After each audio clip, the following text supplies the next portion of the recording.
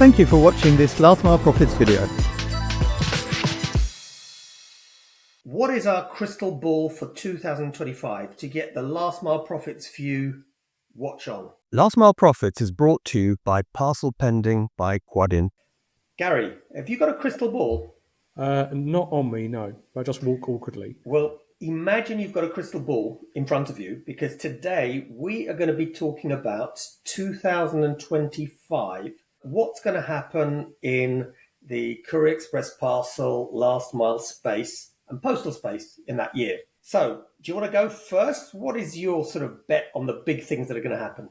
My bet on the big things that are going to happen is going to be, and we did talk about it in a recent video, but I think it's so pertinent, is this whole social commerce. It's the cheap C2C imports, the cross-border sub de minimis trading that people are doing, the resale market. I think we're going to see Vinted and Vinted Go in dramatic expansion. You know, they've just announced 4,000 lockers in France. I think we both know that the guys at the top of Vinted Go, I probably have met more ambitious people, but I genuinely can't remember when that might have been. So I cannot believe that they will be held back by the borders of France. You know, there's going to be a Napoleon gag in there somewhere, but the guy's so tall, I don't want to make it.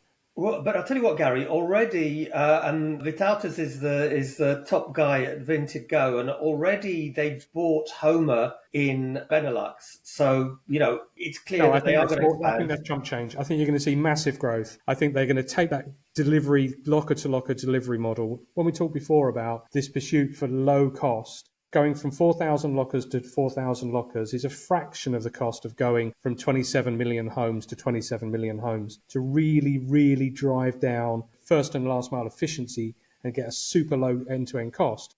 Locker to locker is the way to go. And I think you're going to see many organizations sort of bursting out their borders and doing this. Well, I think Vitautas has claimed, and I don't think it's pride in any way, that his goal is to have a €1 cost throughout Europe for delivery. And frankly, the only way to achieve that is locker to locker. So, Gary, I'll add to what you said, because, by the way, again, this is getting really painful because I'm in complete agreement. But I would say on top of that, continued expansion of out of home, which is part of the same picture because it's the only way to achieve the re-commerce, you know, cost and efficiency factor. So I think that's going to happen. I think there's going to be, Gary, consolidation. It's going to continue. Towards the end of this year, we saw something which would have been unheard of a while ago, which is that GLS and DPD in Germany are going to cooperate in out of home. We've already seen that Saignau and DHL are cooperating, Poste Italiana and DHL are cooperating, MyFlexbox and Austria Post are cooperating. So I think that partnerships and cooperation, it's going to be a big thing. Continued out of home is going to be a big thing. Exactly as you said, re-commerce and this whole picture. What have we missed? I think the blockbuster takeovers is the other thing we've missed. We've seen Every purchased by Apollo for £2.7 billion, a number you can't say without sounding like Austin Powers if you have my accent. And you've got Daniel Kretinsky making a £3.7 billion offer for Royal Mail, subject to confirmation, I believe, this week by the Select Committee. What is Royal Mail, just add Royal Mail, of course, and GLS, which is part of the group. Yeah, the IDS group is made up of Royal Mail and GLS in their 20-odd markets. But what else? I mean, how big can you go? I mean, are some of these organizations too big to be absorbed by others? I mean, Amazon have got very deep pockets. Is there a way that they want to either move up or down the supply chain in a highly acquisitive way? Could governments decide, actually, we need to fund the La Poste and the post office, but we could move GeoPost on for so much money that would help us fund the social cost of maintaining a post office network for 50 years? I don't know. There's these big blockbuster moves that are hard for us mere mortals to imagine. I can't believe we'll get through 2025 without seeing at least one, if not two of them. Yeah, I think this clearly on the M&A front, things are going to happen. What about, Gary, what about legislation, the green last mile? Because that's stopped a little bit. You know, there's a lot of talk about going green and so on. Are we going to get back onto the green track, or is that going to basically take second position because of the various economic issues we're facing? I think it's one of those things when there is greenwashing. We've spoken about it briefly in the past, but when everyone's flush with money and everything is going great, then the environment goes to the top of the list. When you're not making money and things aren't going great, then it's one of the things that can slide down the list without affecting too many people. You ask consumers if they would, do anything to help improve the planet, they will, as long as it doesn't cost them personally. And I think corporate and consumer behaviour sometimes are broadly similar. How about this issue? Because, Donald Trump won the election in the US. And, what does that mean? Most people say it could imply reduced trade with China. Will that mean that, for example, the Chinese will seek to do more in Europe? Maybe there'll be some M&A deals where the Chinese will actually buy things in Europe.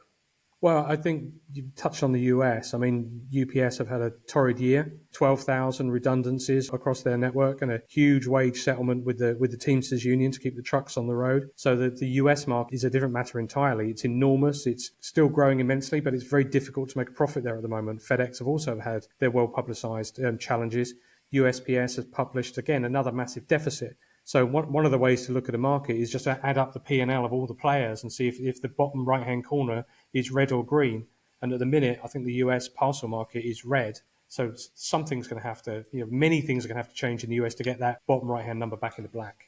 Gary, what about this one? Because you're right, FedEx are in trouble. The merger with TNT, delicately speaking, was perhaps not the most successful merger I've seen. Could Amazon perhaps buy them? And would they?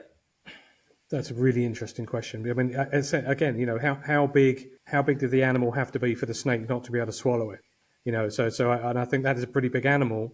It's a very, very interesting proposition. I have no clue one way or the other, but yeah, it would be intriguing. Eh? I mean, if you really, really needed to grow capacity quickly in the States, ordering a fleet of Boeings is a 2 to 3 year proposition. Nothing happens quickly in growing an air fleet. But if you went and bought one, you could suddenly, turn the world on its head, perhaps. Well, I think, we've come up with some crystal ball items of our own, but if the viewers have got any ideas of their own or can imagine things that we have missed happening or agree with what we can see as being the big developments of 2025, then please comment below, preferably on LinkedIn, because that's where we're able to respond. And of course, as usual, if you've liked the video, please click like and subscribe. It helps us keep these videos free for you. Gary, as usual, really great. I've really enjoyed this one because I think, it's fun to actually imagine what will happen. I think we've never done this, but perhaps end of 2025,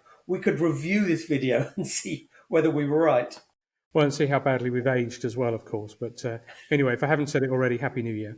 Last Mile Profits is brought to you by Parcel Pending by Quadient.